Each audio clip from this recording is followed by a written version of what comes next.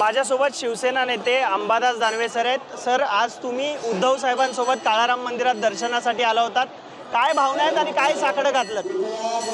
साकडं तर काळाराम मंदिर हे एका देशातल्या सामाजिक परिवर्तनाचं एक ठिकाण आहे। होय। आणि आज या देशामध्ये अयोध्यामध्ये प्रभू श्रीरामाच्या मंदिराची मूर्तीची प्रतिष्ठापना होते। आपण तोच ऐतिहासिक क्षण आणि शिवसेनेचं उद्या शिवसेना प्रमुखाचा जन्मदिन आहे, इथं राष्ट्रीय कार्यकारिणीची बैठक आहे।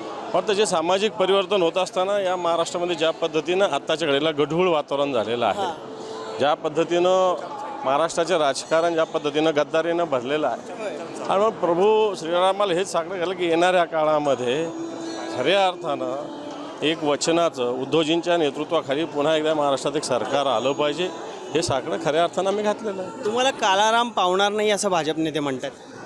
भाजप म्हणजे ते नाही का कोणाच्या शापाने काय होत असतं का, ते असे म्हण आहे। आता बरोबर नाही चॅनलवर बोलणं। ओके, तर आपण पाहतोय संजय राऊत तसेच शिवसेनेचे आमदार आहेत, त्यांनी देखील आज काळारामाचं येऊन दर्शन घेतलेलं आहे।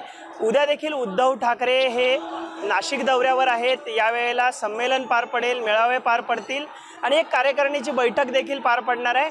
त्यानंतर उद्धव ठाकरे यांची ही सभा असणार आहे आणि त्याच सभेसाठी उद्धव ठाकरे यांच्यासोबत आमदार आणि खासदार हे सध्या आलेले आपल्याला पाहायला मिळतात। आपण सध्या पाहू शकतो की अनेक आमदार आणि उद्धव ठाकरे आहेत ते दर्शन घेऊन निघालेले आहेत। कॅमेरामन मयूर स्वामी, अल्पेश करकरे, एबीपी माझा, नाशिक।